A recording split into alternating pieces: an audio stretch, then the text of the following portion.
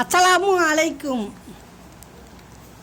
வேப்ப மரத்தின் வேரில் தேனை ஊற்றி வளர்த்தாலும் அதன் கசப்புத்தன்மை மாறாது. அப்படிதான் சில மனிதர்களும் தன்னம்பிக்கை.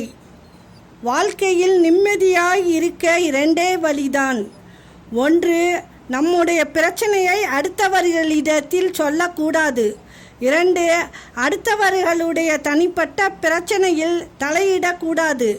யாரிடமும் காயப்படாத வரை நம் மனசு அழகானது. யாருடைய மனதையும் காயப்படுத்தாத வரை நம் சிரிப்பு அழகானது. உங்களுக்கு உண்மையாய் இருப்பவர்களிடம் முகமூடி அணியாதீர்கள், பிறகு கலட்ட முடியாமல் போய்விடும். யோசித்து பேசுங்கள். வாழ்க்கை என்பது மனிதர்களின் வாழ்க்கை மட்டும் அல்ல, வார்த்தைகளுக்கும் ஒரு வாழ்க்கை இருக்கிறது.